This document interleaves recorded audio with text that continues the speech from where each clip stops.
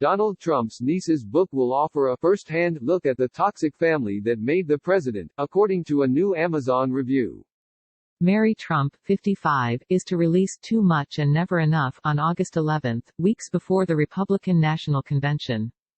The book promises to address the strange and harmful relationship between the president and his father. The review adds, she, Mary, describes a nightmare of traumas, destructive relationships, and a tragic combination of neglect and abuse. Mary is the daughter of Fred Trump Jr., the president's older brother, who drank himself to death in 1981 aged 43, reportedly under pressure to be like their father. Trump instead took over the family real estate business and became the alpha male. The Amazon description of the book states, she, Mary, recounts in unsparing detail, the appalling way Donald, Fred Trump's favorite son, dismissed and derided him when he began to succumb to Alzheimer's. She explains how specific events and general family patterns created the damaged man who currently occupies the Oval Office. It adds, Mary has already said his 2016 election was the worst night of my life in a 3 a.m. tweet storm as the results came in. She said the president's victory was a horrific wrong and lamented that I grieve for our country over dozens of tweets. Mary said it was the worst year ever, tweeted, seriously, off 2016, and said Trump won because most Americans are hateful, selfish people who care about nothing outside of their own narrow interests. But there was something that she did agree with the president on and tweeted that James Comey should be in jail. The volume of tweets is also something that Mary shares with her uncle, although before his election she mostly tweeted about tennis and cats. They serve as a warning to the president as it seems her book will not just be a tell-all, it will be a takedown. The book will include harrowing and salacious details about the Trump family, including how Mary was the primary source for providing the president's tax returns to the New York Times. The resulting stories showed that the Trump family engaged in highly questionable tax avoidance strategies. Mary appears to be a staunch Democrat and recently changed her banner picture on her Twitter account to a photo of the street in Washington leading to the White House where city officials have written, Black Lives Matter, in such large letters it can be seen from space.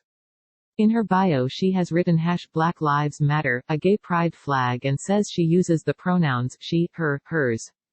Before the 2016 election, Mary made her views very clear on Twitter, and on November 2 she tweeted, Sarah Palin, you are tragically past your sell-by date. Please, for the good of decent people everywhere, go away. On October 20 she wrote, Rudy Giuliani, Trump's former personal lawyer, is a horrible human being. Ashamed he was mayor of the world's greatest city.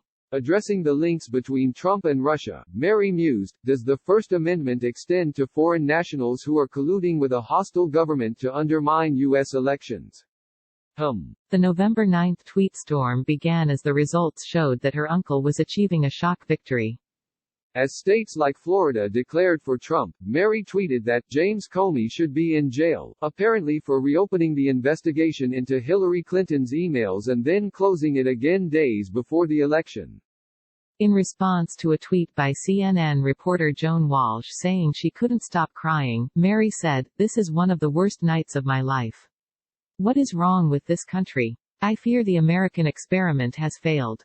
Another tweet said it was a nightmare, and in yet another Mary asked, what has happened to our country? Replying to Joy Reid, the host of TV show The View, Mary said it was utterly devastating.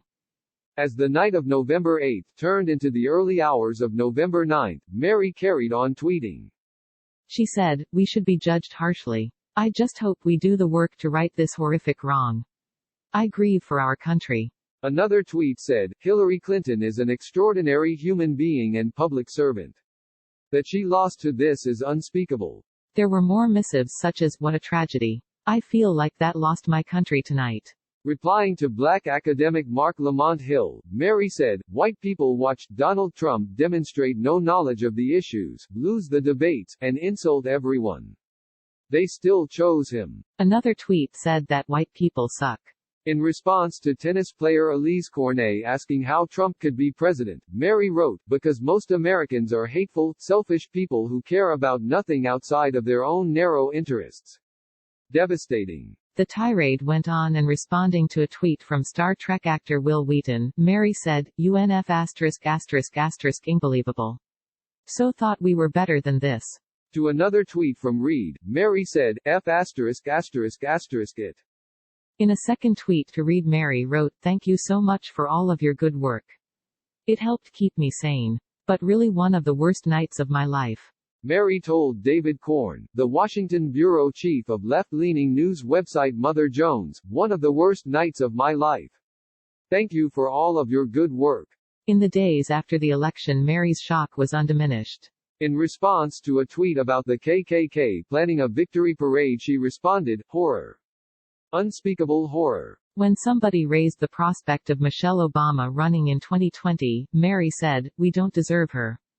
On November 10 another tweet said, seriously, F*** off 2016.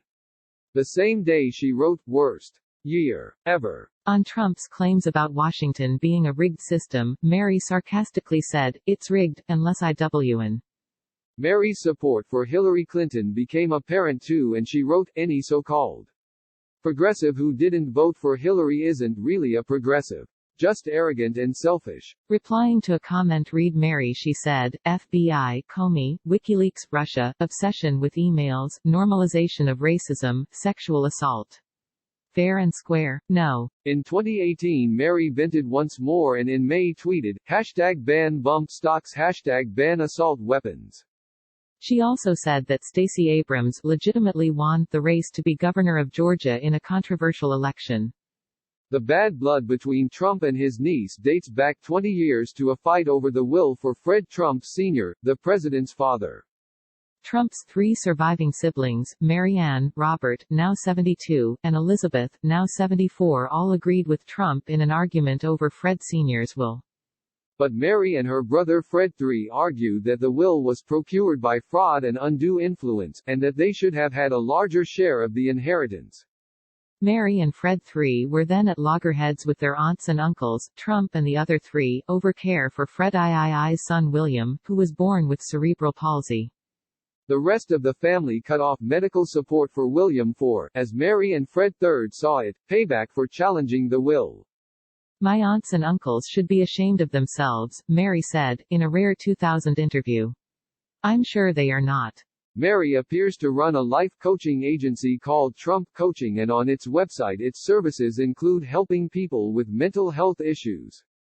Her website says, are you depressed and feeling low? Finding the true meaning of your life? If yes, then our life coaches can bring you out from such dwindling situations. Our experts will provide you the much-needed motivation and encouragement to stand above the crowd. Reach out to your goals in a completely different way and witness an interesting turn for your life. Among the services they offer is helping with excessive alcohol, and the website says it is a great way to cut down your consumption of empty calories. Another area of expertise is your inner game, which is about overcoming self-imposed obstacles.